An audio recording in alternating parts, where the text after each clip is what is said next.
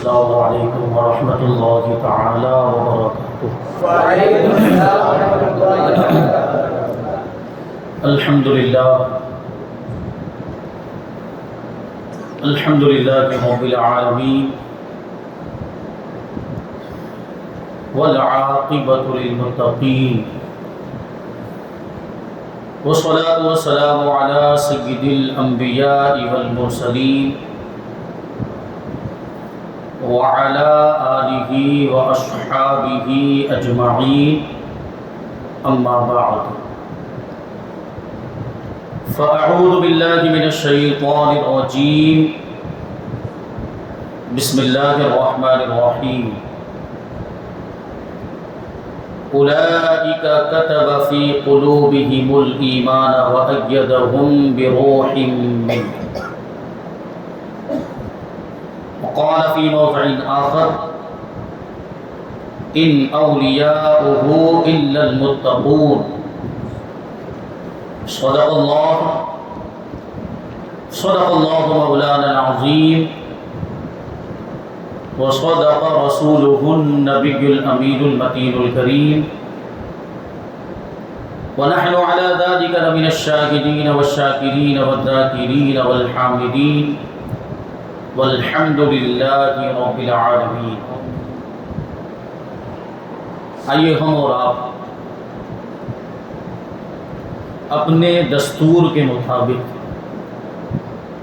اور بہت ہی پیارے دستور کے مطابق سب سے پہلے حضور سرور کائنات، فخر موجودات، باعث تخلیق کائنات، احمد مجتبی محمد مصطفیٰ صلی اللہ علیہ وسلم کی بارگاہ اقدس میں درود و سلام کا ہدیہ پیش کریں اور پڑھیں اللہم صلی علی سیدنا و مولانا محمد معدن الجود والکرم وآلہ الکرام وابنہ الکریم وبارک وسلم صلاۃ و سلاما علیک یا رسول اللہ صلی اللہ تعالی علیہ وسلم۔ عزیزان ملت اسلامیہ، جیسا کہ آپ سب جانتے ہیں کہ ہم اور آپ یہاں پر امام اہل سنت، امام عشق و محبت، مجدد دین و ملت، حامی سنت، ماحی بدعت، قاطع نجدیت، اعلی حضرت عظیم البرکت و عظیم المرتبت امام احمد رضا خان علیہ رحمت و رضوان کی بارگاہ میں خراج عقیدت پیش کرنے کے لیے جمع ہوئے۔ اللہ تبارک و تعالی ہماری اس حاضری کو قبول فرمائے اور ہماری اس مجلس کو ہمارے لیے آخرت میں ذریعہ نجات بنائے۔ جو کچھ بھی بیان ہو اس پر ہم سب کو عمل کرنے کی توفیق عطا فرمائے۔ آج انشاءاللہ تبارک و تعالی ہم اعلیٰ حضرت رضی اللہ تعالیٰ عنہ کی کرامتوں کا تذکرہ کریں۔ یہ جو زمانہ ہے کرامتوں کا زمانہ ہے، کرامتیں بڑی بیان کی جاتی ہیں، چاہے ہو یا نہ ہو نکال نکال کے لاتے ہیں، لیکن ہمارے امام کی تو سینکڑوں کرامتیں ہیں۔ ہمارے امام کی کسی کرامت کو بنانے کی ضرورت نہیں ہے، پہلے سے موجود ہے۔ اور پھر کیا ہوتا ہے، آج کل لوگ کرامتوں پر ولی کی ولایت کو جانچتے ہیں، جتنی زیادہ کرامت اتنا بڑا ولی، اور اگر کرامت نہیں تو ماننے کے لیے تیار نہیں ہوتے، جبکہ کرامت یہ ولایت کا معیار نہیں ہے۔ یہ بات ذہن میں رہے، اگر کوئی اللہ کا ولی ہے، متقی پرہیزگار ہے اور دین پر قائم ہے، تسلف فی الدین اس کے اندر ہے، تو اگرچہ کرامت نہیں وہ اللہ کا ولی، یعنی ولایت کے لیے کرامت ظاہر کرنا ضروری نہیں ہے۔ ولی کی سب سے بڑی کرامت اس کا تقوی اور پرہیزگاری ہے۔ تقوی مطلب اللہ تعالیٰ سے ڈرنا اور نافرمانیوں سے بچنا، یہی ولی کی سب سے بڑی کرامت ہے۔ اللہ تبارک و تعالیٰ قرآن مجید کے اندر ارشاد فرماتا ہے ان اکرمکم عند اللہ اتقاکم، کہ بے شک تم میں اللہ تبارک و تعالیٰ کی بارگاہ میں سب سے زیادہ کرامت والا اور سب سے زیادہ عزت والا وہ ہے جو تم میں سب سے بڑا متقی اور پرہیزگار ہے۔ سبحان اللہ سبحان اللہ۔ تو اللہ کی بارگاہ میں تو کرامت کا معیار کیا ہے؟ اللہ کی بارگاہ میں عزت کی کسوٹی تقوی اور پرہیزگاری۔ جو جتنا زیادہ متقی اور پرہیزگار ہوگا وہ اللہ کی بارگاہ میں اتنا ہی زیادہ عزت والا ہے۔ تو اللہ تو اس کو کرامت والا فرما رہا ہے، اور ہم ظاہری کرامتیں ڈھونڈتے ہیں۔ اگر ہے اللہ کے ولی عام طور پر اپنی کرامتوں کو چھپاتے ہیں، لیکن کبھی نہ کبھی ان کی ذات سے کرامتوں کا ظہور ہو جاتا ہے، لیکن کرامت یہ ولایت کا معیار نہیں ہے۔ اگر کرامت نہیں بھی ہے اور تقوی پرہیزگاری ہے تو وہ اللہ کا ولی ہے، کیونکہ اللہ تبارک و تعالیٰ نے قرآن مجید کے اندر ارشاد فرمایا ان اولیاءہ الا المتقون، کہ اس کے اولیاء، اس کے دوست، اس کے ولی وہی ہوتے ہیں جو متقی اور پرہیزگار ہوتے ہیں۔ سبحان اللہ۔ اعلیٰ حضرت رضی اللہ تعالیٰ عنہ کی زندگی کو ہم دیکھیں تو کیسے متقی اور پرہیزگار۔ یہ تقوی اور پرہیزگاری یہ ولایت کا معیار اور ولایت کی کسوٹی ہے۔ اللہ کے رسول صلی اللہ علیہ وسلم نے فتح مکہ کے موقع پر ارشاد فرمایا تھا کہ کسی گورے کو کالے پر، کسی کالے کو کسی گورے پر، حدیث کے ابتدائی الفاظ ہیں کہ کسی عربی کو کسی عجمی پر، کسی عجمی کو کسی عربی پر، کسی گورے کو کسی کالے پر، اور کسی کالے کو کسی گورے پر کوئی فضیلت نہیں، کیونکہ ساری فضیلتیں تو تقوی اور پرہیزگاری کی بنیاد سبحان اللہ۔ پر۔ جو جتنا زیادہ متقی اور پرہیزگار ہے وہی زیادہ عزت والا ہے۔ اور حضور نے آگے ارشاد فرمایا کہ تم سب آدم کی اولاد سے ہو، اور آدم کو اللہ تبارک و تعالیٰ نے مٹی سے پیدا فرمایا، تو تکبر کس بات کا، یہ غرور کس بات کا؟ اللہ تبارک و تعالیٰ نے زمانے جاہلیت کے تکبر کو ختم کر دیا، زمانے جاہلیت کے غرور اور گھمنڈ کو ختم کر دیا، اور زمانے جاہلیت میں جو خاندان کی وجہ سے اور نسب کی وجہ سے اور شرافت کی وجہ سے ایک دوسرے پر فخر کا اظہار کیا جاتا تھا، اللہ تبارک و تعالیٰ نے یہ خاندانی بڑائیوں کو بھی ختم کر دیا۔ اب اگر کوئی عزت والا ہے تو وہ متقی و پرہیزگار ہے۔ اعلیٰ حضرت رضی اللہ تعالیٰ عنہ عاشق رسول بھی ہیں۔ اعلیٰ حضرت رضی اللہ تعالیٰ عنہ ایسے متقی و پرہیزگار تھے کہ اللہ تبارک و تعالیٰ نے تقوی پرہیزگاری کی بنیاد پر آپ کو بلند مقام عطا فرمائے۔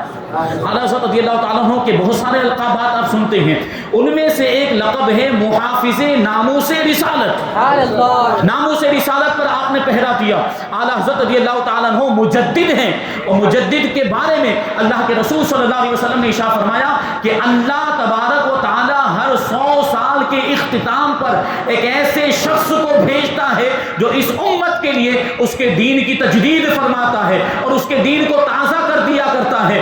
اعلیٰ حضرت رضی اللہ تعالیٰ عنہ کے زمانے کو دیکھیں، بڑا ہی پرفتن زمانہ، فتنوں کا دور ہے، اور فتنے اپنا سر اٹھا رہے۔ کہیں رسول پاک صلی اللہ علیہ وسلم کی شان میں گستاخیاں کی جا رہی تھی، کہیں اولیاء کرام کی کرامتوں کا انکار کیا جا رہا تھا، ان کے تصرفات کا انکار کیا جا رہا تھا، بلکہ آگے بڑھ کر یہ دیکھیں تو اللہ تبارک و تعالیٰ کی شان میں بھی گستاخیاں کی جا رہی تھی۔ معاذ اللہ، ان کے مولویوں نے کتابوں میں لکھ دیا کہ اللہ تبارک و تعالیٰ جھوٹ بول سکتا ہے، اللہ کے لیے امکان کسب کو ثابت کر دیا۔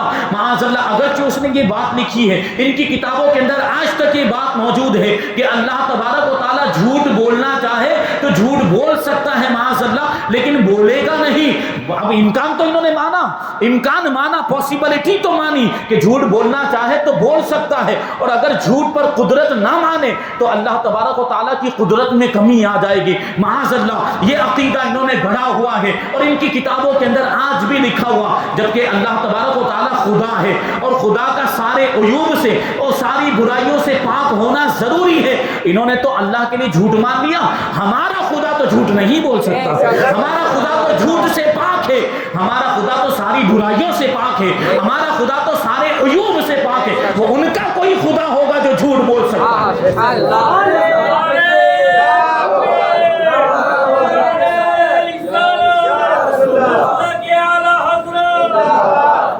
تو اعلیٰ حضرت رضی اللہ تعالیٰ عنہ نے ان سارے فتنوں کا منہ توڑ جواب دیا، دندان شکن جواب دیا۔ اعلیٰ حضرت رضی اللہ تعالیٰ عنہ نے ناموس رسالت پر ایسا پہرا دیا کہ آج تک بھی یہ جو گستاخان رسول تھے ان کو چہرہ چھپانے کے لیے جگہ نہیں مل رہی. ایسے دلائل کی روشنی میں شان رسالت کو واضح کیا ہے اور ایسے دلائل قرآن و حدیث کی روشنی میں حضور پاک صلی اللہ علیہ وسلم کے مقام و مرتبے کو واضح کر دیا کہ آج تک ان دلیلوں کو توڑنے کی ان کے اندر طاقت ہی نہیں.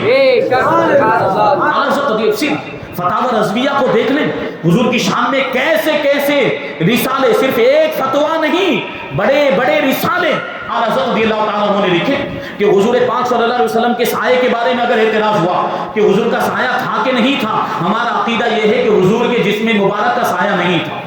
اعلیٰ حضرت نے تین رسالے لکھے اس بات کو ثابت کرنے کے لیے.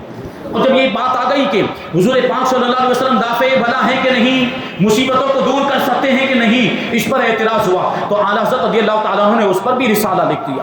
علم غیب پر اعتراض ہوا تو علم غیب پر بھی رسالہ لکھ دیا. یعنی پوری کتاب, رسالہ کہا جاتا ہے چھوٹی کتاب کو, لیکن یہ کہہ دیا جاتا ہے کہنے کو رسالہ. لیکن آپ دیکھیں فتاوی رضویہ کے اندر تو جن کو رسالہ کہا جا رہا ہے یہ سینکڑوں صفحات پر مشتمل ہے کہ اگر فتاوی رضویہ سے ان رسالوں کو نکال کر الگ سے شائع کیا جائے تو ایک پوری کتاب بن جائے. سبحان اللہ. یہ ناموس رسالت پر پہرا دیا, اور ناموس رسالت پر جو پہرا دیتا ہے یعنی رسول کی عزت پر جو پہرا دیتا ہے تو پھر اللہ تبارک و تعالیٰ اس پر یہ انعام فرماتا ہے کہ اس کی عزت میں اضافہ فرما دیتا ہے, اس کے مقام و مرتبے میں اضافہ فرما دیتا ہے.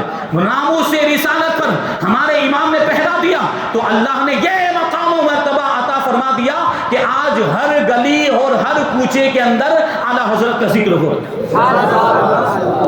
جو حضور کا ذکر کرے گا اللہ اس کے ذکر کو بلند کر دیتا ہے, جو حضور کی عزت پر پہرا دے گا اللہ اس کی عزتوں میں اضافہ فرما دے گا. یہ ہمارے امام تقویٰ پرہیزگاری کی بات چل رہی تھی.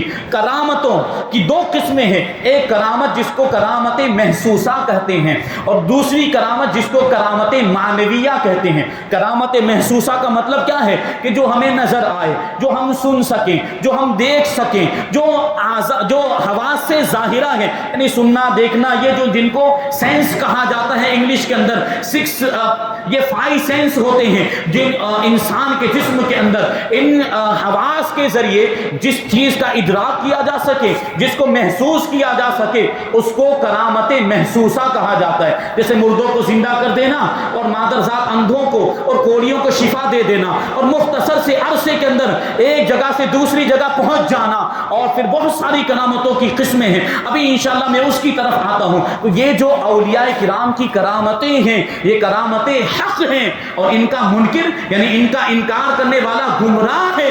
اللہ تبارک و تعالیٰ اپنے اولیاء کرام کو بڑی طاقت عطا فرماتا ہے, اور ان اولیاء کرام میں کچھ اولیاء کرام اصحاب خدمت ہوتے ہیں, یعنی اللہ تبارک و تعالیٰ کا ان کو قرب خاص حاصل ہوتا ہے تو اللہ تبارک و تعالیٰ ان کو تصرف کا اختیار بھی عطا فرماتا ہے. وہ سفید و سیاہ کے مالک بنا دیے جاتے ہیں, یعنی ان کو اللہ تبارک و تعالیٰ زمین کا مالک بنا دیتا ہے, پھر وہ جو چاہے رد و بدل کرتے ہیں. اور کچھ اولیاء کرام تو ایسے ہوتے ہیں کہ ان پر علوم غیبیہ بھی منکشف ہو جاتے ہیں. ما کانا و ما یکون کی خبر دیا کرتے, جو کچھ ہو چکا ہے, جو ہونے والا, یہ اللہ کے ولی بتا دیا کرتے ہیں. لیکن یہ ساری کرامتیں اللہ کے ولی کو نبی کے وسیلے سے ملا کرتی ہیں, نبی کے واسطے سے ملا کرتی ہیں. نبی کے وسیلے کے بغیر کسی ولی کو کوئی کرامت نہیں ملتی, اور کوئی ولی کسی بھی غیب کی خبر نہیں دے سکتا نبی کے وسیلے کے بغیر, کیونکہ یہ اولیاء کرام نبی پاک صلی اللہ علیہ وسلم کے سچے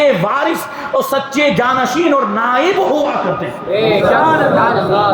یہ جو کرامتیں ہوتی ہیں یہ نبی کے معجزے کا مظہر ہوا کرتی ہیں. اللہ تبارک و تعالیٰ اپنے ولیوں کو یہ کرامت کا مطلب کیا وہ بھی سن لیں کہ اولیاء کرام کی ذات سے کوئی ایسی بات ظاہر ہو جو بڑی تعجب خیز ہو, عقل کو حیران کر دینے والی ہو, عقل کو عاجز کر دینے والی ہو, اور عام طور پر عادتاً ایسا نہ ہوتا ہو, اس کو کرامت کہا جاتا ہے. جیسے مردے کو زندہ کر دینا یہ عقل میں آنے والی بات ہے, یہ حیران کرنے والی بات, عقل کو عاجز کر دینے والی بات عادتاً ایسا ہوتا نہیں, تو ان چیزوں کو کرامت کہا جاتا ہے. اور اسی طرح کی چیز اگر کسی نبی سے ظاہر ہو تو اس کو معجزہ کہا جاتا ہے. تو میں نے دو قسمیں بیان کی، کرامت محسوسہ اور کرامت معنویہ۔ کرامت معنویہ جو ہم حواس ظاہرہ سے جس کا ادراک نہیں کر سکتے، محسوس نہیں کر سکتے، اس کا تعلق باطن سے ہوتا ہے، اس کا تعلق دل سے ہوتا ہے۔ اور ہم آسانی کے لیے کرامت محسوسہ کو اگر سمجھائیں تو کرامت محسوسہ کا مطلب ہے تقویٰ اور پرہیزگاری۔ کرامت معنویہ، کرامت محسوسہ تو وہ ہے جو ہم محسوس کر سکتے ہیں، کرامت معنویہ کا مطلب ہے تقویٰ اور پرہیزگاری، استقامت علی الدین اور تسلط فی الدین، یہی کرامت معنویہ۔ اب ہم اپنے امام کی زندگی کو دیکھیں تو ہمارے امام کی زندگی میں کرامت معنویہ تو موجود ہی ہے، تقویٰ اور پرہیزگاری، کرامات محسوسہ بھی سینکڑوں کی تعداد میں۔ اگر میں ساری کرامتوں کو ذکر کرنا چاہوں تو سب سے پہلے تو میری یادداشت جواب دے دے گی، سینکڑوں کی تعداد میں یاد رکھنا مشکل ہے، اور ان کو بیان کیا جائے تو سینکڑوں راتیں نکل جائیں گے اس میں۔ ابھی میں کچھ بیان کروں گا، آپ کو احساس ہوگا۔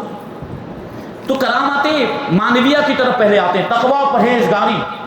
اعلیٰ حضرت رضی اللہ تعالیٰ عنہ کا تقویٰ و پرہیزگاری میں کیسا مقام تھا؟ فقیہ جب بہت مشہور ہو جاتا ہے، عالم اور مفتی اور مرجع فتاوی بن جاتا ہے کہ کثرت کے ساتھ اس کی بارگاہ میں لوگ سوال بھیجتے ہیں، استفتاء بھیجتے ہیں، اور اس کا پورا وقت اسی میں جاتا ہے، تو ایسے موقع پر فقیہ اور مفتی سے وجوب جماعت اور سنت موقدہ ثابت ہو جاتی۔ یعنی وہ مفتی جو مصروف رہتا ہے فتویٰ لکھنے میں، کثرت کے ساتھ اس کے پاس سوالات آئے ہوئے ہیں، تو اب اگر وہ جماعت کے ساتھ نماز نہیں بھی پڑھتا ہے تو معاف ہے، اب اگر وہ سنت موقدہ کو چھوڑ بھی دیتا ہے تو معاف ہے، کیونکہ لوگوں کی رہنمائی کرنا یہ زیادہ ضروری ہے۔ فتویٰ کیوں پوچھتا ہے آدمی؟ فتویٰ اسی لیے تو پوچھتا ہے کہ شریعت کا حکم معلوم ہو جائے، پھر اس کے مطابق عمل کریں، جائز ناجائز پتہ چل جائے، حلال و حرام پتہ چل جائے تو اس پر عمل کیا جائے، تو یہ ضروری ہے کہ نہیں؟ تو اسی وجہ سے مفتی اگر مصروف رہتا ہو تو جماعت کے ساتھ نماز نہ پڑھے اور سنت موقدہ کو چھوڑ دے تب بھی کچھ گناہ نہیں۔ لیکن اعلیٰ حضرت رضی اللہ تعالیٰ عنہ کی بارگاہ دیکھیں، ایک ایک وقت میں 400 سوالات موجود، اور صرف ہندوستان ہی سے نہیں بلکہ دوسرے ممالک، چین سے بھی سوالات آ رہے ہیں، امریکہ سے بھی سوالات آتے ہیں، افریقہ سے بھی سوالات آتے ہیں، خود عرب شریف سے بھی سوالات اعلیٰ حضرت کی بارگاہ میں آتے ہیں، عراق سے بھی سوالات، اتنے دور دور سے، صرف ہندوستان سے نہیں، ہمیں آپ کو تو صرف لوگ صورت میں جان لے یہی بڑی بات ہو جاتی، گجرات والے جان لے یہی بڑی بات ہو جاتی، مشکل سے صورت کے باہر سے کوئی سوال آ جاتا ہے، مہاراشٹر سے کوئی سوال آ جاتا ہے، لیکن ہمارے امام کی بات دیکھیں، ایسے مرجع فتاوی ہیں اور اتنی زیادہ شہرت رکھتے ہیں کہ صرف ہندوستان ہی سے نہیں بیرونی ممالک سے بھی آپ کی بارگاہ میں سوالات آیا کرتے ہیں، اور آپ کو صرف ہندوستان کے علماء نے نہیں مانا بلکہ آپ کے علم کے لوہے کو علماء عرب و عجم نے تسلیم کیا۔ تو جب ایسا مقام ہو تو جماعت چھوڑنے کی اجازت، سنت موقدہ چھوڑنے کی اجازت، لیکن اس کے باوجود اعلیٰ حضرت رضی اللہ تعالیٰ عنہ جماعت تو جماعت، آپ نے کبھی سنت موقدہ بھی نہیں چھوڑی۔ آدمی بوڑھا ہو جاتا ہے نا، بہت بوڑھا تو بہت زیادہ کمزور ہو جاتا ہے، شیخ فانی اس کو کہا جاتا ہے کہ اب طاقت آنے کی امید نہیں رہ جاتی، اور یہ مسئلہ آ جاتا ہے کہ اب انتقال سیدھا، تو ایسے وقت میں روزہ چھوڑنے کی اجازت ہے شیخ فانی کو کہ اتنا بوڑھا ہو گیا، اتنا کمزور ہو گیا کہ اب روزہ رکھنے کی طاقت ہی نہیں اور آئندہ طاقت آنے کی امید بھی نہیں، تو ایسا شخص روزہ چھوڑ سکتا ہے اور اس کے بدلے میں فدیہ ادا کر دے۔ اعلیٰ حضرت رضی اللہ تعالیٰ عنہ جب اس منزل پر پہنچے، آخری وقت ہے، بیماری کا عالم ہے، لیکن اس کے باوجود بھی رمضان المبارک کے روزے نہیں چھوڑے۔ اعلیٰ حضرت رضی اللہ تعالیٰ نے اپنے بارے میں فتویٰ صادر کیا کہ میں بیمار ہوں، میں بہت زیادہ کمزور ہو گیا، مجھے شریعت اجازت دیتی ہے لیکن اگر میں چاہوں تو نینی تال جا کے روزہ رکھ سکتا ہوں، یہاں اگرچہ موسم ٹھنڈا نہیں لیکن نینی تال کا موسم ٹھنڈا ہوتا ہے، اگر میں وہاں چلا جاؤں مجھے وہاں رہنے کی طاقت بھی ہے، وہاں قیام کرنے کی قدرت بھی ہے، میں وہاں جا کر روزہ رکھنا چاہوں تو روزہ رکھ سکتا ہوں، اس لیے مجھ پر روزہ رکھنا فرض ہے۔ ہمارے امام نے بڑھاپے کے عالم میں بھی روزے نہیں چھوڑے، کمزوری کے عالم میں بھی روزے نہیں چھوڑے۔ شریعت اجازت دے رہی ہے روزہ نہ رکھنے کی، روزہ چھوڑنے کی اجازت دے رہی، لیکن اس کے باوجود اعلیٰ حضرت رضی اللہ تعالیٰ عنہ ایسی کمزوری کے عالم میں بھی روزے رکھ رہے ہیں، کیونکہ ذمہ داری بھی تو ایسی تھی، پوری قوم کو سنبھالنا تھا۔ مجدد ایسا تھوڑی ہوتا ہے، امام اہل سنت ہیں تو ظاہر سی بات ہے ان کے لیے راستہ بھی تو متعین کر کے جانا تھا کہ جس راستے پر چل کر کامیابی حاصل ہو جائے۔ تو ہمارے امام بتا رہے ہیں کہ جیسی بھی حالت ہو، کمزوری بھی ہو، روزہ نہیں چھوڑنا۔ لیکن ہمارے آپ کے معاملات بہت سے نوجوان بھی ایسے ہیں، بوڑھوں کی تو بات ہی نہیں کرتا، نوجوان بھی بہت سے ایسے طاقتور ہیں، کوئی کمزوری نہیں، لیکن جب رمضان کا مہینہ آتا ہے تو کیا کہتے نظر آتے ہیں؟ ہم سے تو نہیں بنتی۔ ہوتا ہے کہ نہیں؟ ہم سے تو نہیں بنتی۔ اور ویسے اگر کوئی مقابلہ ہو جائے، کوئی لڑائی جھگڑا ہو جائے تو ڈنڈے لے کے نکلیں گے اور پہلوانی کا مظاہرہ کریں گے، وہاں خوب طاقت ظاہر کریں گے، اور روزہ رکھنے کی باری ہے تو کمزور بن جائیں گے۔ وہاں کہاں چلی جاتی ہے آپ کی طاقت اور پہلوانی؟ اصل طاقت تو یہاں دکھانی ہے، عبادتوں میں، روزہ رکھنے میں۔ یہ ہمارے امام کی زندگی سے ہمیں سبق ملتا ہے، تقویٰ، پرہیزگاری۔ ایک مرتبہ ایک شخص اعلیٰ حضرت رضی اللہ تعالیٰ عنہ کی خدمت میں حاضر ہوئے مٹھائی کا مٹکا لے کر۔ تو اس زمانے میں یہ کھوکے، یہ ڈبے وغیرہ نہیں چلتے تھے، تو مٹکے اور مٹی کے برتن ہوا کرتے تھے۔ تو وہ مٹھائی لے کر آئے، بدایونی پیڑے، اعلیٰ حضرت رضی اللہ تعالیٰ عنہ کی بارگاہ میں پیش کیا۔ اعلیٰ حضرت رضی اللہ تعالیٰ عنہ نے پوچھا کہ کیسے آنا ہوا؟ انہوں نے کہا بس ایسے ہی سلام پیش کرنے کے لیے حاضر آیا ہوں۔ اعلیٰ حضرت رضی اللہ تعالیٰ عنہ نے کہا کہ بہت اچھی بات ہے، نوازش۔ پھر پوچھا کوئی کام؟ انہوں نے کہا نہیں حضرت، بس آپ کا دیدار کرنا چاہتا تھا، زیارت کے لیے حاضر آیا ہوں۔ پھر تھوڑی دیر گزری، اعلیٰ حضرت رضی اللہ تعالیٰ عنہ نے پھر ارشاد فرمایا کیا فرمائیے گا، یعنی کوئی بات ہو تو ارشاد فرمائے۔ اب وہ خاموش رہے، 3 مرتبہ پوچھ لیا کوئی کام ہے، کس کام سے آئے، کچھ فرمائیے گا۔ اعلیٰ حضرت رضی اللہ تعالیٰ عنہ یہ سوالات کرنے کے بعد اپنے کام میں مشغول ہو گئے، لکھنا پڑھنا جو بھی تھا۔ تو تھوڑی دیر کے بعد وہ صاحب جو آئے تھے وہ کہنے لگے کہ حضرت ایک تعویذ چاہیے، یعنی تعویذ کی درخواست انہوں نے پیش کی۔ اور وہ مٹھائی کا جو مٹکا تھا اعلیٰ حضرت رضی اللہ تعالیٰ عنہ نے اندر مکان میں بھیج دیا تھا۔ اب جب انہوں نے تعویذ کی درخواست کی تو اعلیٰ حضرت رضی اللہ تعالیٰ عنہ کا انداز بدل گیا۔ ارشاد فرمایا ہم نے 3 مرتبہ آپ سے پوچھا کس کام کے لیے آئے ہیں، کوئی ضرورت ہو تو بتائیے، کیا کچھ کام ہے یا کوئی مقصد ہو تو بیان کیجئے۔ آپ نے اس وقت اپنا مقصد بیان نہیں کیا اور اب کہہ رہے ہیں کہ تعویذ چاہیے۔ بہرحال اعلیٰ حضرت رضی اللہ تعالیٰ عنہ کے خادم جو تعویذ دیا کرتے تھے، تعویذ بانٹا کرتے تھے، تعویذ لکھتے تھے تو اعلیٰ حضرت رضی اللہ تعالیٰ عنہ، لیکن ان کا کام تھا تقسیم کرنا۔ اعلیٰ حضرت رضی اللہ تعالیٰ عنہ نے ان کو حکم دیا کہ ان کو یہ تعویذ دے دیا جائے، اور پھر خود مکان کے اندر تشریف لے گئے اور مٹھائی کا مٹکا جو اندر رکھا ہوا تھا وہ مٹھائی کا مٹکا واپس لے کر آئے، اور جو آنے والے شخص تھے ان کو وہ مٹھائی کا مٹکا واپس دیا اور ارشاد فرمایا یہ تعویذ بھی لے کر جائیں اور یہ مٹھائی بھی لے کر جائیں کہ ہمارے یہاں پر تعویذ بکتا نہیں ہے۔ نعرہ تکبیر، نعرہ رسالت، مستق اعلیٰ حضرت، فیضان اعلیٰ حضرت۔ یہ تقویٰ ہے۔ حالانکہ جب مٹھائی دی تھی، جب تعویذ کا کوئی تذکرہ نہیں، لینا چاہتے تو لے سکتے تھے، لیکن اب کیا ہو گیا کہ ایسا محسوس ہو رہا تھا کہ گویا تعویذ کے بدلے میں مٹھائی دی، تو اسی لیے ارشاد فرمایا کہ ہمارے یہاں تعویذ بکتا نہیں۔ انہوں نے بہت ضد کی، انہوں نے بہت اصرار کیا، درخواست کی، التجا کی، حضرت قبول فرما لیں، حضرت لے لیں مٹھائی، میں تعویذ کے لیے نہیں لایا تھا، لیکن ہمارے امام لینے کے لیے تیار نہیں ہوئے، مجبوری میں ان کو وہ مٹھائی واپس لے کر جانی پڑی۔ یہ ہے تقویٰ۔ ایک مرتبہ رمضان کے مہینے میں افطار کے بعد اعلیٰ حضرت رضی اللہ تعالیٰ عنہ کا معمول تھا کہ روزہ کھولنے کے بعد صرف پان پر اکتفا فرماتے تھے اور کچھ نہیں کھاتے تھے۔ تو پان منگوایا گیا، لیکن پان آنے میں بہت تاخیر ہو گئی، تقریباً 2 گھنٹے جیسا وقت گزر گیا۔ ایک بچے کو بھیجا گیا تھا پان لینے کے لیے، تو 2 گھنٹے کے بعد وہ پان لے کر حاضر ہوا۔ تو ظاہر سی بات ہے ہمیں آپ کو انتظار کرنا پڑے تو غصہ آتا ہے کہ نہیں آتا؟ اعلیٰ حضرت رضی اللہ تعالیٰ عنہ کو بھی جلال آ گیا اور فرمایا کہ اتنی دیر کیسے ہو گئی؟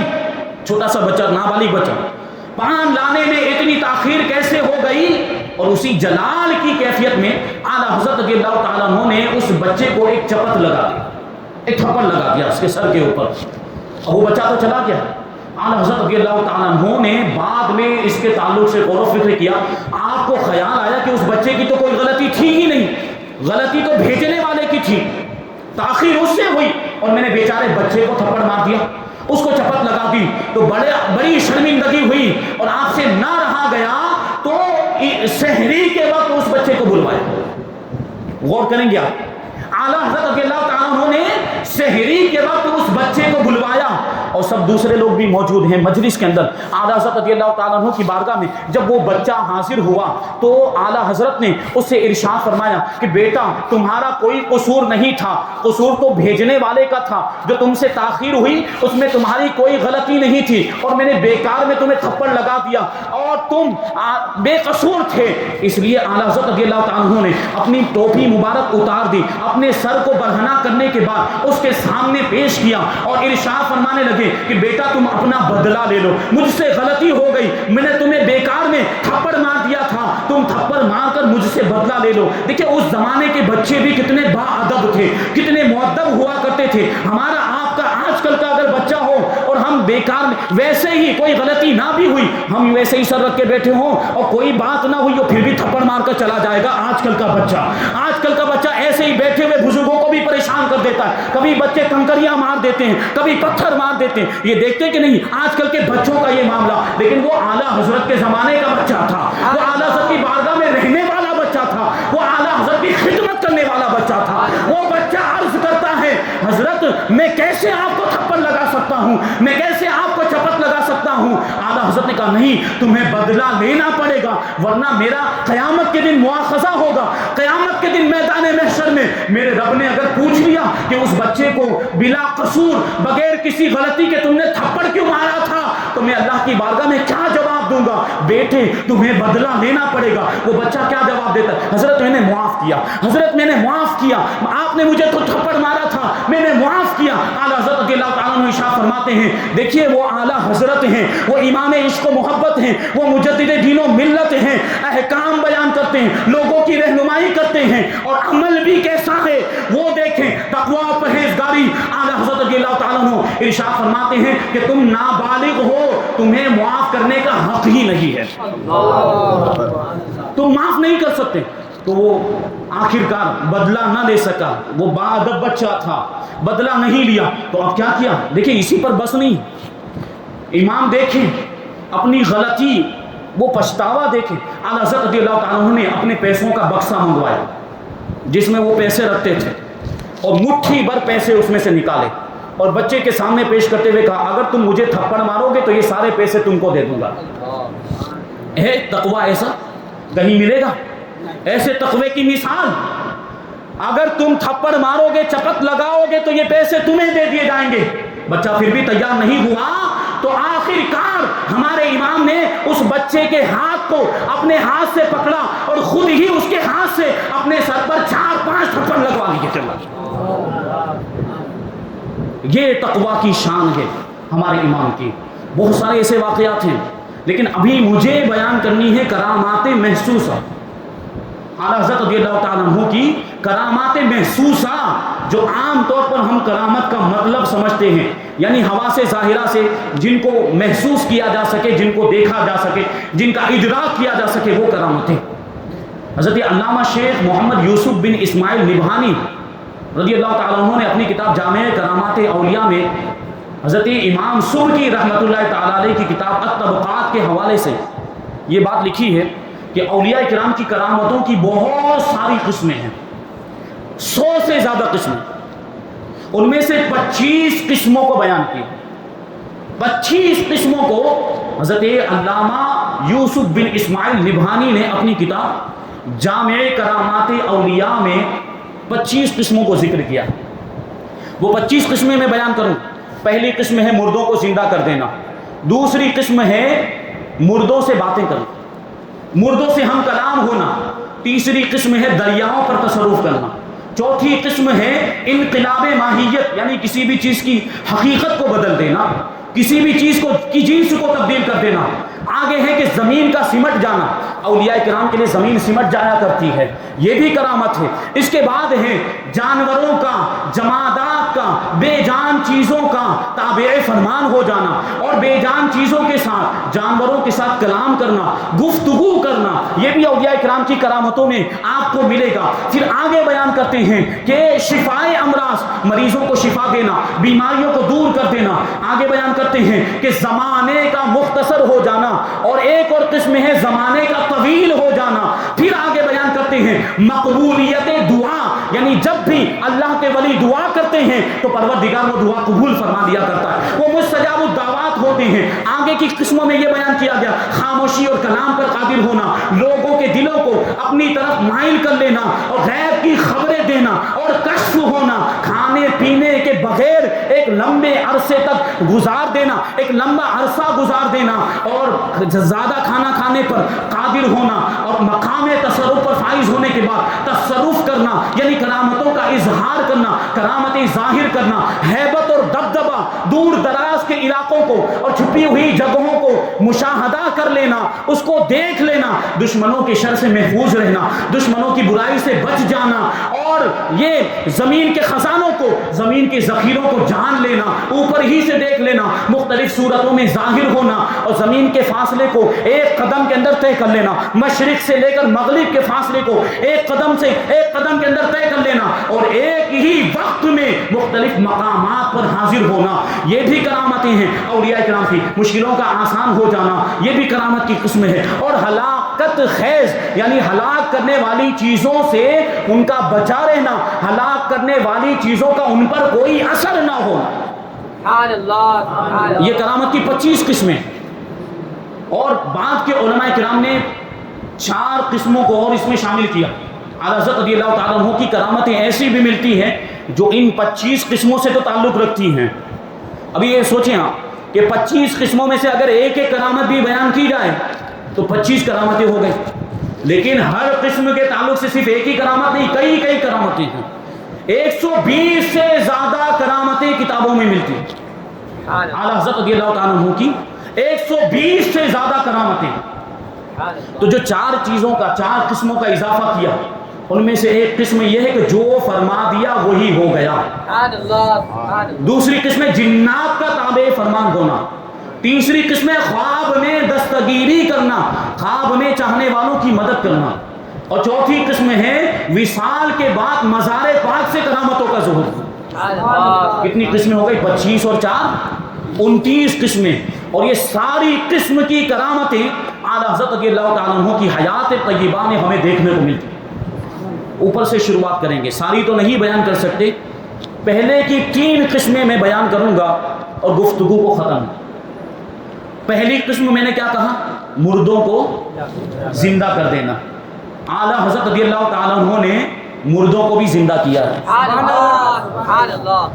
حضرت رضی اللہ تعالیٰ عنہ نے جس طرح مردہ دلوں کو زندہ کیا ہے، اسی طرح مردہ انسانوں کو بھی زندہ کیا ہے۔ تعجب ہو رہا ہوگا، سنا نہیں؟ میں بیان کرتا ہوں۔ حضرت مولانا غلام سرور قادری رضوی پاکستان کے رہنے والے، انہوں نے کتاب لکھی الشاہ احمد رضا، اس میں ایک واقعہ لکھا۔ یہ بیان کرتے ہیں کہ شیخ حبیب الرحمان نام کے ایک شخص ہیں جو لاہور میں رہتے ہیں۔ انہوں نے یہ کتاب بہت پہلے لکھی، تقریباً 50 سال پہلے لکھی ہوگی، پتہ نہیں یہ شیخ حبیب الرحمان ابھی حیات ہیں کہ نہیں۔ یہ لاہور میں رہتے، ان کے بارے میں انہوں نے اس وقت لکھا تھا جب وہ کتاب لکھی تھی کہ اعلیٰ حضرت رضی اللہ تعالیٰ عنہ کی زندہ کرامت کا نام ہے شیخ حبیب الرحمان۔ یہ اس وقت پولیس ڈپارٹمنٹ کے اندر تھے، اینٹی کرپشن ڈپارٹمنٹ کے اندر محکمے میں وہ تھے۔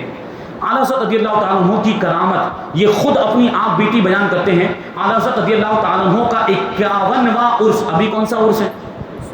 104، 51واں 51 یہ عرس ہوا تھا، لاہور میں جلسہ ہوا۔ تو وہ شیخ حبیب الرحمان نے یہ 11 اپریل 1971 میں یہ جلسہ ہوا تھا، 11 اپریل 1971 میں یہ جلسہ ہوا تھا۔ اس جلسے میں تقریر کرتے ہوئے انہوں نے اعلیٰ حضرت کی یہ کرامت بیان کی تھی جو ان کی خود کی اپنی آپ بیتی ہے، خود ان کے ساتھ یہ واقعہ پیش آیا۔ وہ بیان کرتے کہ میں چھوٹا تھا، شیرخوار بچہ، اور دانت نکلنے کا زمانہ تھا. میری عمر تقریباً 1 سال کی ہوگی. میں بہت کمزور تھا اس وقت اور بیمار رہا کرتا تھا. ایک مرتبہ مجھے بہت زیادہ بخار آ گیا اور وہ بخار اتنا تیز اور بخار بڑھتا ہی گیا, کمزوری بڑھتی گئی, یہاں تک کہ مجھے نیمونیا ہو گیا اور پھر اتنی زیادہ طبیعت خراب ہو گئی کہ میری سانسیں ہی بند ہو گئی. سانسیں بند ہو گئی تو میرے ماں باپ نے مجھے مردہ سمجھ لیا کہ بچے کا انتقال ہو گیا. تو مجھے ایک رضائی کے اندر لپیٹ کر گھر کے ایک کنارے میں رکھ دیا گیا اور پورے گھر کے اندر اب غم کا ماحول ہے. سب رونے لگ گئے کہ ہمارے بچے کا انتقال ہو گیا. میرے والدین بھی رو رہے ہیں اور دوسرے رشتہ دار بھی رو رہے ہیں. خواتین جمع ہو گئی اور غم کا ماحول ہے, ماتم کا ماحول ہے کہ بچے کا انتقال ہو گیا. 1 سال کی عمر تھی. اعلیٰ حضرت رضی اللہ تعالیٰ عنہ کی کرامت وہ بیان کرتے ہیں, شیخ حبیب الرحمان وہ کہتے ہیں کہ میرے والدین اس وقت بریلی شریف میں اعلیٰ حضرت رضی اللہ تعالیٰ عنہ کے زیر سایہ قریب ہی میں ان کا مکان تھا اور قریب ہی میں رہا کرتے تھے. تو یہ خبر, بچے کے انتقال کی خبر اعلیٰ حضرت رضی اللہ تعالیٰ عنہ کو بھی ہوئی. تعلقات تھے, مراسم تھے, اس وجہ سے اعلیٰ حضرت رضی اللہ تعالیٰ عنہ کو بھی دل کو صدمہ پہنچا. اعلیٰ حضرت بھی غمگین ہوئے. جو شخص خبر لے کر پہنچے تھے اعلیٰ حضرت رضی اللہ تعالیٰ عنہ ان کو چند تعویذات دیے. تعویذات دینے کے بعد یہ تاکید فرمائی کہ یہ تعویذات لے کر جاؤ اور بچے کی ناک میں ان تعویذات کو جلا کر دھونی دینا. اعلیٰ حضرت رضی اللہ تعالیٰ عنہ نے یہ تعویذات دیے. شیخ حبیب الرحمان فرماتے ہیں کہ میرے والد ماجد اعلیٰ حضرت رضی اللہ تعالیٰ عنہ کے بڑے عقیدت مند تھے, بڑی محبت کرنے والے تھے. ایک طرف تو کفن دفن کا انتظام شروع ہو گیا, سب نے ڈکلیئر کر دیا تھا کہ بچے کا انتقال ہو گیا ہے, لیکن ادھر دوسری جانب اعلیٰ حضرت تعویذ دے رہے ہیں اس بچے کے بارے میں جس کو لوگوں نے مردہ سمجھ لیا ہے. اس بچے کو تعویذ لکھ کر دے رہے ہیں اور تعویذ بڑے معتبر عالم دین نے واقعہ بیان کیا ہے. مولانا غلام سرور قادری رضوی بیان کرتے ہیں کہ وہ شیخ حبیب الرحمان کہتے ہیں کہ میرے والد ماجد اعلیٰ حضرت کے بڑے معتقد تھے. اگرچہ ادھر کفن دفن کا انتظام ہو رہا لیکن ان کو یقین تھا کہ ہمارے امام نے فرمایا ہے تو ضرور کوئی حکمت ہوگی, ضرور کوئی بات ہوگی. تعویذات کو جلایا اور میری ناک میں دھونی دی گئی. میری ناک میں دھونی دی. میری والدہ ماجدہ دور بیٹھی. ابھی تھوڑی ہی دیر گزری تھی کہ رضائی کے اندر سے میری والدہ ماجدہ نے میرے رونے کی آواز سنی ہے. والدہ ماجدہ دوڑتی ہوئی آئی کہ بچے کا تو انتقال ہو گیا تھا, یہ رونے کی آواز کہاں سے آ گئی. رضائی کو کھول کر دیکھا تو میرے اندر دوبارہ زندگی آ گئی تھی, میں دوبارہ زندہ ہو چکا تھا.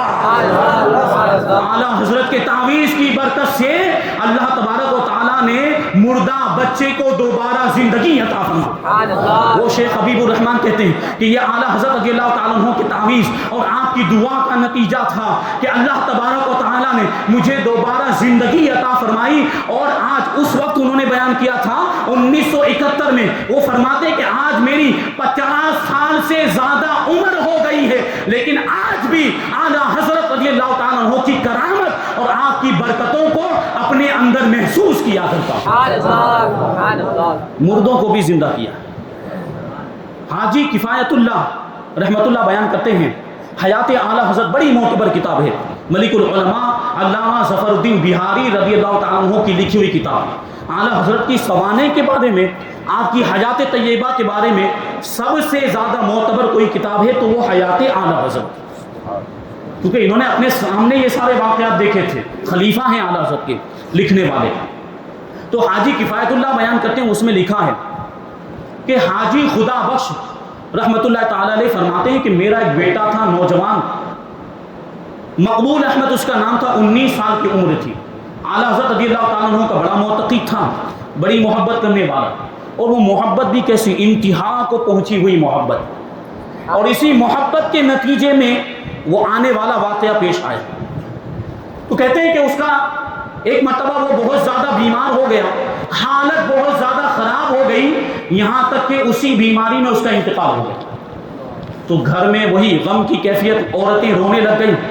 پھر تھوڑی دیر کے بعد عورتوں کو خیال آیا کہ ہمیں اس کے پاؤں باندھ دینے چاہیے. تو ایک کپڑے کا ٹکڑا لیا, اور کپڑے کے ٹکڑے سے وہ میرے پاؤں, نہیں وہ خدا بخش کہتے ہیں کہ وہ میرے بیٹے کے پاؤں باندھنے لگے عورتیں. جب پاؤں باندھنے کے لیے پاؤں کو چھوا تو میرے لڑکے نے پاؤں کو کھینچ لیا, انتقال ہو چکا تھا. پاؤں کو کھینچ لیا اور اس میں دوبارہ جان آ گئی. اور وہ باتیں کرنے لگ گیا اور کہنے لگا کہ بڑے مولانا کے پاس جاؤ بھیا، بڑے مولانا کے پاس. کون بڑے مولانا؟ بڑے مولانا کے پاس جاؤ. مر گیا تھا، زندہ ہو کر کس کا نام لے رہا ہے؟ اعلیٰ حضرت کا نام لے رہا ہے. تو کہتے ہیں خدا بخش صاحب کہ ہم نے اس کی طرف کوئی توجہ نہیں دی. ہم نے سوچا کہ تھوڑی جان بچی ہوگی تو پھر یہ زندہ ہو گیا، ہم نے غلط سمجھ لیا تھا پہلے، تو یہ زندہ ہو گیا، یعنی دوسری وجہ ہم نے نکالی. پھر تھوڑی دیر کے بعد وہی کیفیت، پھر اس کی سانس بند ہو گئی، پھر انتقال ہو گیا. پھر وہ عورتیں وہ کپڑا باندھنے لگی تو پھر میرے لڑکے نے پاؤں کھینچ لیا، پھر سے دوبارہ جان آ گئی اور پھر سے آواز، اور پھر سے وہ بات کرنے لگ گیا اور کہنے لگا کہ بڑے مولانا کے پاس جاؤ. اور بریلی شریف کی جو زبان ہے اس زبان کے اعتبار سے اس نے اپنے بڑے بھائی سے کہا بھیا بڑے مولانا کنے جاؤ. کنے کہا جاتا ہے، بڑے مولانا کنے جاؤ. اب اس بار بھی ہم نے توجہ نہیں دی، پورے دن میں 3 مرتبہ یہ واقعہ پیش آیا. تو اب ہمیں سمجھ میں آیا کہ کچھ تو ہے. تو خدا بخش کہتے ہیں کہ میں نے اپنے بڑے لڑکے کو حاجی طالب صاحب کے پاس بھیجا اور کہا کہ جا کر ان کے پاس سے پوری کیفیت لکھوا کے لاؤ کہ ہمارے بیٹے کے ساتھ کیا کیا واقعات پیش آئے، اور پھر وہ پرچہ جو لکھ کر دیں وہ پرچہ لے کر اعلیٰ حضرت کے پاس جانا. تو اعلیٰ حضرت رضی اللہ تعالیٰ عنہ کے پاس وہ پرچہ لے کر حاجی طالب صاحب کے پاس وہ پرچہ لکھوایا، بیمار کی کیفیت بیان کی، انتقال ہو گیا، زندہ ہو گیا، سب کچھ بیان کیا، سارے واقعات بیان کیے. پھر وہ پرچہ لے کر خدا بخش صاحب فرماتے ہیں کہ ہم اعلیٰ حضرت رضی اللہ تعالیٰ عنہ کی بارگاہ میں پہنچے. اعلیٰ حضرت رضی اللہ تعالیٰ عنہ نے پرچہ پڑھا تو ارشاد فرمایا کہ ہم چلتے ہیں، آپ کے مکان پر چلتے ہیں اور دیکھ لیتے ہیں کہ مریض کا کیا حال ہے. اعلیٰ حضرت رضی اللہ تعالیٰ عنہ نے پوچھا کہ کوئی سواری ہے کہ نہیں، تو ہم نے کہا کہ ایک یکا ہے، یعنی وہ جو بیل گاڑی یا گھوڑا گاڑی وغیرہ ہوا کرتی تھی وہی اس وقت موجود تھی. اعلیٰ حضرت رضی اللہ تعالیٰ عنہ نے ارشاد فرمایا کہ چلو اسی سے چلیں گے. تو اعلیٰ حضرت رضی اللہ تعالیٰ عنہ خدا بخش کہتے ہیں کہ ہمارے مکان پر تشریف لائے. انہوں نے میرے لڑکے کو خود ہی اٹھایا اور خود ہی اسے بٹھایا اور پانی دم کر کے اعلیٰ حضرت رضی اللہ تعالیٰ عنہ نے اپنے دست مبارک سے میرے لڑکے کو وہ پانی دم کیا ہوا پانی پلایا. اعلیٰ حضرت رضی اللہ تعالیٰ عنہ تشریف فرما تھے کہ اتنے میں نماز کا وقت ہو گیا، تو نماز ادا کرنے کے لیے اعلیٰ حضرت رضی اللہ تعالیٰ عنہ مسجد میں تشریف لے گئے. وہ خدا بخش صاحب کہتے ہیں کہ میں بھی مسجد میں گیا، میں نے بھی اعلیٰ حضرت کے پیچھے نماز پڑھی اور آپ نے ارشاد فرمایا کہ نماز کے بعد پھر سے آپ کے مکان میں آئیں گے. نماز سے فارغ ہونے کے بعد اعلیٰ حضرت رضی اللہ تعالیٰ عنہ پھر سے خدا بخش صاحب کے مکان میں تشریف لائے اور اس لڑکے کو پھر سے دیکھا اور پھر خدا بخش صاحب سے ارشاد فرمایا کہ تم کل آنے کے بعد یہ محلہ سوداگران میں آنا اور آنے کے بعد میرے پاس سے تعویذات لے کر جانا اس بچے کے لیے. لیکن خدا بخش صاحب کہتے ہیں کہ اعلیٰ حضرت نے مجھے تعویذ لانے کے لیے کہا تھا، لیکن وہ گہما گہمی میں افراتفری کے ماحول میں تعویذ لانا ہی بھول گیا، تعویذ لانا ہی بھول گیا. اعلیٰ حضرت رضی اللہ تعالیٰ عنہ تعویذ دینا چاہتے تھے لیکن میں تعویذ لے کر جانا جو میں نے سوچا تھا تو لینے جا ہی نہیں پایا. اعلیٰ حضرت رضی اللہ تعالیٰ عنہ جب مکان سے واپس گئے تھے تو میرا بیٹا اس وقت تک زندہ تھا، اس کے اندر روح باقی تھی، اس کے اندر جان باقی تھی. اعلیٰ حضرت رضی اللہ تعالیٰ عنہ جب اس کے پاس سے جانے لگے تو وہ گردن گھما کر اعلیٰ حضرت رضی اللہ تعالیٰ عنہ کے چہرے کا دیدار کرتا رہا اور دیکھتا رہا یہاں تک کہ اعلیٰ حضرت رضی اللہ تعالیٰ عنہ مکان کے دروازے پر پہنچ گئے اور دروازے سے باہر تشریف لے گئے. وہاں تک میرا لڑکا اعلیٰ حضرت رضی اللہ تعالیٰ عنہ کو دیکھتا ہی رہا، آپ کے چہرے کا دیدار کرتا ہی رہا. تعویذ لانا بھول گیا تھا، اس لیے اس رات میں پھر میرے بیٹے کا انتقال ہو گیا. لیکن اب کی مرتبہ میرا بچہ دوبارہ زندہ نہیں ہوا. بات سمجھ میں آ گئی کہ وہ بار بار زندہ کیوں ہو رہا تھا، بار بار اس کی سانس آ جا کیوں رہی تھی، کیونکہ وہ اعلیٰ حضرت کے چہرے کا دیدار کرنا چاہتا تھا. اعلیٰ حضرت کے چہرے کا دیدار ہو گیا، اس کی بے چینی ختم ہو گئی، اس کی بے قراری ختم ہو گئی، اس کو سکون مل گیا اور وہ سکون اور اطمینان کے ساتھ جنت کی طرف روانہ ہو گیا. نعرہ تکبیر، نعرہ رسالت، مسلک اعلیٰ حضرت، عشق محبت، عشق محبت. یہ پہلی قسم ہے مردوں کو زندہ کرنا. دوسری قسم کیا بیان کی؟ مردوں سے بات کرنا، مردوں سے گفتگو کرنا، کلام کرنا. اعلیٰ حضرت رضی اللہ تعالیٰ عنہ تجلیات امام احمد رضا کے اندر یہ واقعہ لکھا ہے. یہ غالباً 1320 ہجری کی بات ہے کہ اعلیٰ حضرت رضی اللہ تعالیٰ عنہ بیسل پور تشریف لے گئے مولانا عرفان علی صاحب رحمۃ اللہ تعالیٰ علیہ کے مکان پر. جب بیسل پور پہنچے تو اعلیٰ حضرت رضی اللہ تعالیٰ عنہ نے مولانا عرفان صاحب سے پوچھا کہ کیا یہاں پر کسی ولی کا مزار ہے؟ تو مولانا عرفان صاحب نے کہا کہ میری نظر میں تو کوئی مزار نہیں ہے، میری معلومات میں بیسل پور میں کسی اللہ کے ولی کا مزار نہیں ہے، لیکن ہمارے امام فرماتے ہیں کہ مجھے تو اللہ کے ولی کی خوشبو آ رہی ہے۔ ولی را ولی می شناست، ہمارے امام کیسے ولی کامل کہ ولی کی خوشبو محسوس کرتے ہیں۔ تو اب مولانا عرفان صاحب کا ذہن گیا کہ ہاں ایک مزار تو ہے، تو اعلیٰ حضرت رضی اللہ تعالیٰ عنہ کی بارگاہ میں عرض کرتے ہیں کہ اس علاقے کے کنارے، اس بستی کے کنارے ایک قبر موجود ہے، لیکن وہ بڑا جنگلی علاقہ ہے، وہ شہر کے باہر ہے، آبادی کے باہر، وہاں ایک کوٹھری بنی ہوئی ہے اور اسی کے اندر ایک قبر موجود ہے۔ اب وہ اللہ کے ولی کا مزار ہے یا کس کا مزار، اس کے بارے میں ہمیں معلومات نہیں۔ اعلیٰ حضرت رضی اللہ تعالیٰ عنہ نے فرمایا کہ ہم وہاں جائیں گے، ہم وہاں جائیں گے۔ اعلیٰ حضرت رضی اللہ تعالیٰ عنہ اس مزار پر پہنچے، اس کوٹھری کے پاس پہنچے اور اس کوٹھری کے اندر داخل ہو گئے، دروازے کو بند کر لیا۔ مولانا عرفان صاحب کا بیان ہے کہ ہم لوگ باہر ہیں اور یہ چیز، یہ واقعہ یہ اس بات کی خبر لوگوں تک پہنچ گئی تھی تو ایک بہت بڑا مجمع بھی جمع ہو گیا کہ آج امام احمد رضا خان تشریف لائے ہیں اور اس کوٹھری کے اندر جانے والے ہیں، پتہ نہیں کیا ہونے والا۔ اعلیٰ حضرت رضی اللہ تعالیٰ عنہ اس کوٹھری کے اندر تشریف لے گئے اور مولانا عرفان فرماتے ہیں کہ تقریباً پونے گھنٹے تک اعلیٰ حضرت رضی اللہ تعالیٰ عنہ اس کوٹھری کے اندر ہی تشریف فرماتے ہیں۔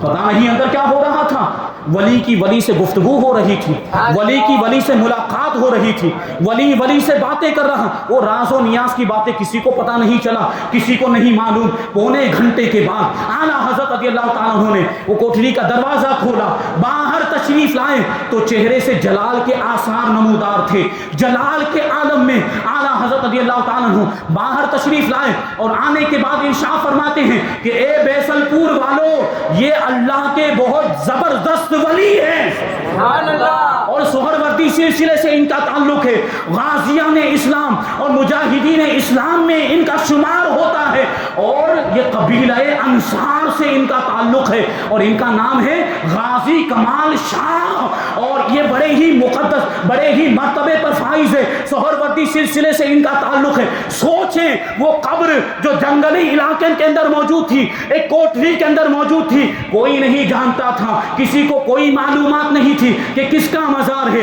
کس کی قبر ہے۔ اعلیٰ حضرت رضی اللہ تعالیٰ عنہ اندر تشریف لے گئے اور گفتگو ہوئی، باہر آنے کے بعد ساری معلومات دے رہے ہیں کہ اللہ کے ولی ہیں اور مجاہدین اسلام میں آپ کا شمار ہوتا ہے، قبیلہ انصار سے تعلق ہے، غازی کمال شاہ ان کا نام ہے، تو تم ان کی قدر کرو، ان سے اکتساب فیض کرو اور ان کے مزار کو اچھی طرح سے تعمیر کرو۔ بیان کرنے والے بیان کرتے ہیں کہ جب اعلیٰ حضرت نے یہ فرمایا تو اب اس مزار پر لوگوں کا ہجوم ہونے لگ گیا، لوگوں کی بھیڑ ہونے لگی، کیونکہ ہمارے امام نے گواہی دے دی تھی اس ولی کی ولایت کی۔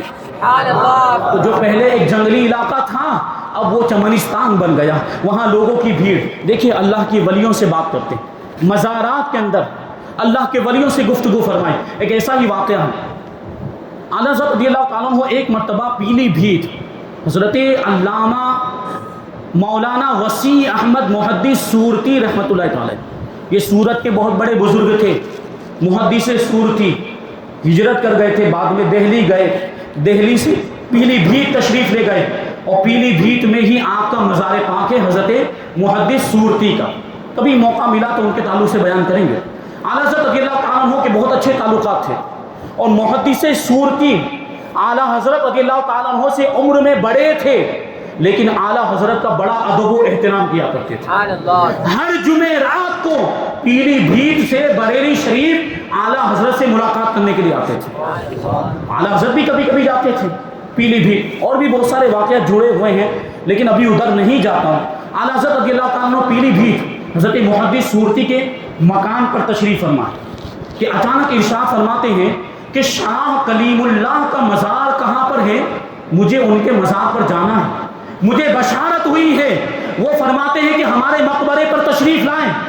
سوچیں، ولی را ولی می شناست، ولی کو ولی پہچانتا، ان کی طرف سے مجھے بشارت ہوئی شاہ کلیم اللہ فرماتے ہیں کہ ہمارے مزار پر تشریف لائیں، مجھے ان کے مزار پر جانا ہے۔ چنانچہ اعلیٰ حضرت رضی اللہ تعالیٰ عنہ اور حضرت محدث سورتی رحمۃ اللہ تعالیٰ علیہ اور بہت سارے دوسرے طلباء اور لوگ اعلیٰ حضرت رضی اللہ تعالیٰ عنہ کے ساتھ شاہ کلیم اللہ کے مزار پر پہنچے، لیکن جب مزار پر پہنچے تو کیا دیکھا، عجیب ہی منظر تھا۔ مزار پاک کا دروازہ کھلا ہوا ہے اور دونوں کیواڑ کھلے ہوئے ہیں، لیکن مزار کی چوکھٹ پر ایک بہت بڑا اژدہا بیٹھا ہوا ہے، ایک بہت بڑا اجگر بیٹھا ہوا، کسی کو اندر جانے کی ضرورت نہیں ہوتی، لیکن اعلیٰ حضرت رضی اللہ تعالیٰ عنہ جیسے ہی مزار پاک کے قریب پہنچے وہ اژدہا اندر چلا گیا۔ اعلیٰ حضرت رضی اللہ تعالیٰ عنہ بھی مزار کے اندر داخل ہو گئے، وہ اژدہا اندر ہی موجود۔ حضرت محدث سورتی پریشان اور دوسرے لوگ جو آئے تھے وہ سب بھی پریشان ہیں۔ اعلیٰ حضرت اندر چلے گئے اور اندر بہت بڑا اژدہا موجود ہے اور کہیں اس نے امام احمد رضا کو کوئی تکلیف نہ پہنچا دی ہو۔ اعلیٰ حضرت رضی اللہ تعالیٰ عنہ کے تعلق سے وہ فکر کر رہے تھے، اسی فکر میں ان لوگوں نے سوچا کہ ہم بھی مزار کے اندر داخل ہو جائیں اور دیکھیں کہ اندر کیا ہو رہا ہے۔ انہوں نے مزار کے اندر داخل ہونے کی کوشش کی، دروازہ اندر سے بند ہو گیا اور یہ لوگ اندر داخل نہیں ہو پائے۔ اب صرف تنے تنہا امام احمد رضا اعلیٰ حضرت رضی اللہ تعالیٰ عنہ اندر موجود ہے اور وہ خطرناک اژدہا موجود ہے اور صاحب مزار موجود ہے۔ اعلیٰ حضرت بھی تنہا، لوگ فکر کر رہے ہیں۔ تقریباً 2 گھنٹے گزر گئے، 2 گھنٹے تک اعلیٰ حضرت رضی اللہ تعالیٰ عنہ مزار کے اندر موجود۔ 2 گھنٹے کے بعد اچانک وہ دروازہ کھلا، اعلیٰ حضرت رضی اللہ تعالیٰ عنہ باہر تشریف لائے، چہرہ حشاش بشاش، خوشی کے آثار، مسرت کے آثار چہرے سے ظاہر ہو رہے ہیں، اور باہر آنے کے بعد ارشاد فرماتے ہیں کہ اب وہ اژدہا کسی کو نظر نہیں آئے گا، اب وہ اژدہا کسی کو نظر نہیں آئے گا۔ پھر ارشاد فرمایا کہ میں نے صاحب مزار سے براہ راست ملاقات کی اور ان سے گفتگو کر کے آیا ہوں، ان سے بات چیت کر کے آیا ہوں کہ یہ جو شاہ کلیم اللہ ہیں یہ بہت بڑے نقشبندی بزرگ ہے، سلسلہ نقشبندیہ سے ان کا تعلق ہے اور وہ پیلی بھیت کے سلطان الاولیاء ہیں، پیلی بھیت کے اولیاء کے سردار ہیں۔ جب یہ کرامت دیکھی تو اس وقت بہت سے لوگ موجود تھے، سلطان الواعظین نبیر شاہ جی میاں، حضرت علامہ عبد الاحد بھی موجود تھے اور دوسرے بھی علماء کرام موجود تھے۔ اعلیٰ حضرت کی یہ کرامت دیکھ کر شاہ کلیم اللہ کے مزار پر ہی وہ مرید بن گئے۔ یہ دیکھیں، اصحاب مزار سے، اولیاء کرام سے اعلیٰ حضرت رضی اللہ عنہ نے گفتگو بھی فرمائی۔ تو یہ دوسری قسم کی کرامتیں ہو گئی۔ تیسری قسم کی کرامت کیا تھی؟ دریاؤں پر تصرف کرنا، وہ کرامتیں جن کا تعلق دریا سے ہو یا پانی سے ہو۔ یہ اللہ کے ولی دریاؤں پر بھی تصرف کیا کرتے ہیں۔ پہلے حج کے موقع پر اعلیٰ حضرت رضی اللہ تعالیٰ عنہ اپنے والدین کے ساتھ تشریف لے گئے، واپسی میں طوفان آ گئے، 3 دن تک تیز ہوائیں چلتی رہی، آندھی چلتی رہی اور ایسا لگتا تھا کہ اب یہ جہاز ڈوب جائے گا۔ آپ کی والدہ ماجدہ بھی ساتھ میں پریشان تھی۔ اعلیٰ حضرت رضی اللہ تعالیٰ عنہ کہتے ہیں کہ میں نے اپنی والدہ ماجدہ کو تسکین دینے کے لیے، ان کی بے قراری کو، ان کی بے چینی اور ان کی پریشانی کو دور کرنے کے لیے قسم کھا کر کہہ دیا کہ خدا کی قسم یہ جہاز نہیں ڈوبے گا، خدا کی قسم یہ جہاز نہیں ڈوبے گا۔ اور میں نے یہ جو قسم کھائی تھی، اعلیٰ حضرت خود فرماتے ہیں، میں نے جو یہ قسم کھائی تھی یہ رسول پاک صلی اللہ علیہ وسلم کی حدیث پاک کی وجہ سے، جس میں وہ دعا ارشاد فرمائی گئی ہے کہ جو کشتی پر سوار ہوتے وقت وہ دعا پڑھ لے گا تو وہ ڈوبنے سے محفوظ رہے گا، وہ غرق ہونے سے محفوظ رہے گا۔ تو حدیث میں چونکہ وعدہ فرمایا گیا تھا تو اسی وعدہ صادقہ پر مطمئن ہو کر میں نے خدا کی قسم کھا لی تھی، لیکن تھوڑی دیر کے بعد مجھے احساس ہوا کہ میں نے خدا کی قسم کھائی، وہ وعدہ صادقہ اس پر یقین ہونا چاہیے، اس پر اطمینان ہونا چاہیے تھا، لیکن خدا کی قسم نہیں کھانی چاہیے تھی، کیونکہ دوسری حدیث پاک کے اندر آیا ہے کہ جو خدا کی قسم کھاتا ہے تو اللہ تعالیٰ اس کی قسم کو رد کر دیا کرتا ہے۔ خدا پر قسم کھاتا ہے، خدا پر قسم کھانے کا مطلب کیا ہوتا ہے کہ یہ کہا جائے خدا کی قسم اللہ ایسا کرے گا، خدا کی قسم اللہ ایسا نہیں کرے گا، یہ خدا پر قسم کھانے کا مطلب ہے۔ تو یہ قسم کھانے کا کیا مطلب کہ کیا ہم اللہ تبارک و تعالیٰ کے کاموں میں رکاوٹ بننا چاہتے ہیں؟ ایسا تو نہیں ہو سکتا۔ اللہ تبارک و تعالیٰ پر جو قسم کھاتا ہے اللہ تعالیٰ اس کی قسم کو رد فرما دیا کرتا ہے۔ اعلیٰ حضرت فرماتے کہ جب یہ حدیث میرے ذہن میں آئی مجھے بڑی شرمندگی ہوئی، میں نے اللہ تبارک و تعالیٰ کی بارگاہ میں رجوع کیا، رسول پاک صلی اللہ علیہ وسلم سے مدد مانگی۔ الحمدللہ وہ تیز ہوائیں، وہ طوفان جو 3 دن سے جاری تھا، 2 گھڑی میں ہوائیں چلنا بند ہو گئی، سارا طوفان ختم ہو گیا اور اللہ تبارک و تعالیٰ نے ہمارے جہاز کو طوفان طوفان سے بچا لیا. دریاؤں پر حکومت. صدر الشریعہ حضرت علامہ امجد علی رحمۃ اللہ تعالی علیہ فرماتے ہیں، اعلیٰ حضرت کے شاگرد ہیں، کہ اعلیٰ حضرت رضی اللہ تعالیٰ عنہ ایک مرتبہ ہمیں درس حدیث دے رہے تھے، حدیث پڑھا رہے تھے، کہ خلاف معمول، یعنی روزانہ ایسا نہیں ہوتا تھا، اس دن عجیب بات ہو گئی. خلاف معمول اعلیٰ حضرت رضی اللہ تعالیٰ عنہ درس میں سے اٹھ کر چلے گئے. درس میں سے اٹھ کر چلے گئے، توجہ ہے، اور تھوڑی دیر کے بعد آئے. لیکن کیا کیفیت تھی، جب واپس تشریف لائے تو آپ کے ہاتھ بھی بھیگے ہوئے تھے اور آستین بھی بھیگی ہوئی تھی. تعجب ہوا. اعلیٰ حضرت رضی اللہ تعالیٰ عنہ نے آنے کے بعد مجھ سے فرمایا کہ خشک کرتا لے کر آؤ، سوکھا کرتا لے کر، کیونکہ اس کی آستین بھیگ گئی ہے، خشک کرتا لے کر آؤ. حضور صدر الشریعہ فرماتے کہ میں نے ایک دوسرا کرتا لا کر بارگاہ میں حاضر کیا، لیکن مجھے تعجب تو ہو رہا تھا، یہ کیا ہوا ہے، اس سے پہلے ایسا ہوتا نہیں تھا. تو میں نے وہ دن بھی نوٹ کر لیا، میں نے وہ تاریخ بھی لکھ لی، اور میں نے وہ وقت بھی لکھ لیا. 11 دن کے بعد حضور صدر الشریعہ کیا کہتے ہیں، 11 دن کے بعد ایک قافلہ آیا، ایک جماعت آئی، تحفے تحائف لے کر آئے اور اعلیٰ حضرت کی بارگاہ میں پیش کی. اعلیٰ حضرت سے گفتگو ہوئی، بات چیت ہوئی، پھر وہ لوگ واپس جانے لگے. تو میں نے ان کو روکا، اور وہ جانے والے جو تھے، وہ جماعت، وہ قافلے والے، ان سے پوچھا کہ آپ لوگ کہاں کے رہنے والے، کہاں سے تشریف لائے اور کیسے آنا ہوا. تو ان لوگوں نے بیان کیا کہ فلاں تاریخ کو ہم کشتی میں سوار تھے، ہم جہاز پر سوار تھے، توجہ گئی، ہم جہاز پر سوار تھے کہ اچانک تیز ہوائیں چلنے لگی، اور اتنی زیادہ تیز ہوائیں چلنے لگی کہ موجیں بلند ہونے لگی اور طوفان آ گیا. اب ہمیں ایسا لگنے لگا کہ ہماری کشتی ڈوب جائے گی اور ہم سب بھی ہلاک ہو جائیں گے، ہم سب بھی غرق ہو جائیں گے. ہم سب اسی کیفیت میں تھے کہ ہم سب نے مل کر اعلیٰ حضرت رضی اللہ تعالیٰ عنہ سے توسل کیا، یعنی اعلیٰ حضرت کا وسیلہ اللہ کی بارگاہ میں پیش کیا، اور ہم سب نے نذر مانی، ہم سب نے منتیں مانی. ابھی اسی وقت، اسی ماحول میں، اسی کیفیت میں تھے، اسی حالت میں تھے کہ ہم کیا دیکھتے ہیں کہ دریا میں چلتا ہوا، سمندر میں چلتا ہوا ایک شخص آیا. ہمارے قریب آنے کے بعد اس نے ہماری کشتی کو ایک کنارے سے پکڑا اور کشتی کو پکڑ کر ساحل پر پہنچا دیا ہے. تو اسی کے شکریہ میں ہم آئے ہیں. ہم نے نظر مانی تھی کہ اللہ تبارک و تعالیٰ نے اعلیٰ حضرت کے توسل سے، اعلیٰ حضرت کے وسیلے سے ہمیں طوفان سے نجات عطا فرمائے. صدر الشریعہ نے جب وہ دن نکال کر دیکھا جو لکھا تھا، وہ تاریخ نکال کر دیکھی، وہ وقت نکال کر دیکھا، بالکل وہی وقت تھا، بالکل وہی تاریخ تھی، بالکل وہی دن تھا جب اعلیٰ حضرت درس حدیث سے اٹھ کر کہیں تشریف لے گئے تھے، اور جب واپس آئے تھے تو ہاتھ بھی گیلے تھے اور آستین بھی بھیگی ہوئی تھی. پتا کیا چلا کہ وہ کشتی کو بچانے کے لیے کوئی اور نہیں گیا تھا، وہ امام احمد رضا ہی تھے.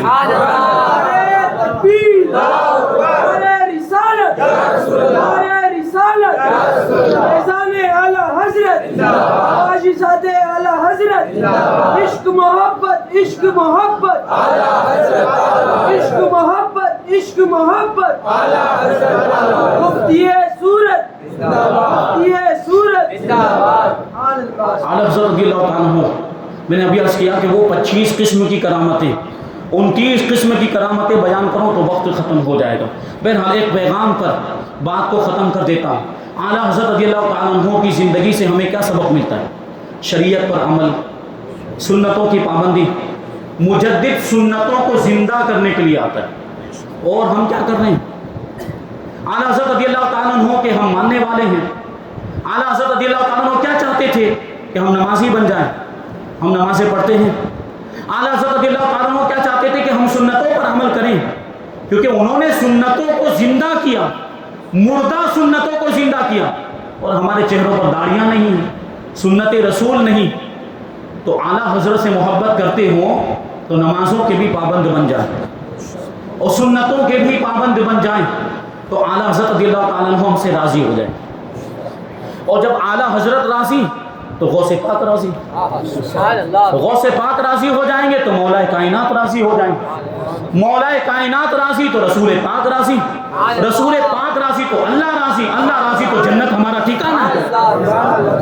جنت میں جانا ہے کہ نہیں جانا؟ یہ صرف مسلک اعلیٰ حضرت، یہ صرف نعرہ لگانا کافی نہیں ہے۔ یقیناً ہم مسلک اعلیٰ حضرت کے ماننے والے ہیں، لیکن مسلک اعلیٰ حضرت ہم سے کیا تقاضا کرتا ہے؟ مسلک اعلیٰ حضرت کا مطلب کیا ہے؟ وہ بھی تو ہونا چاہیے، عمل بھی تو ہونا چاہیے۔ ہم بہت بڑے عاشق رسول ہیں، نبی کے نام پر جان قربان کر دیں گے، ہوتا ہے کہ نہیں؟ لیکن جب نماز پڑھنے کی باری آتی ہے تو وہ کہاں جذبہ چلا جاتا ہے؟ جان قربان کرنے کی باری جان قربان کرنے کے دعوے کریں گے، لیکن نماز پڑھنے کے لیے مسجد میں نہیں آ پاتے۔ حضور نے کیا ارشاد فرمایا؟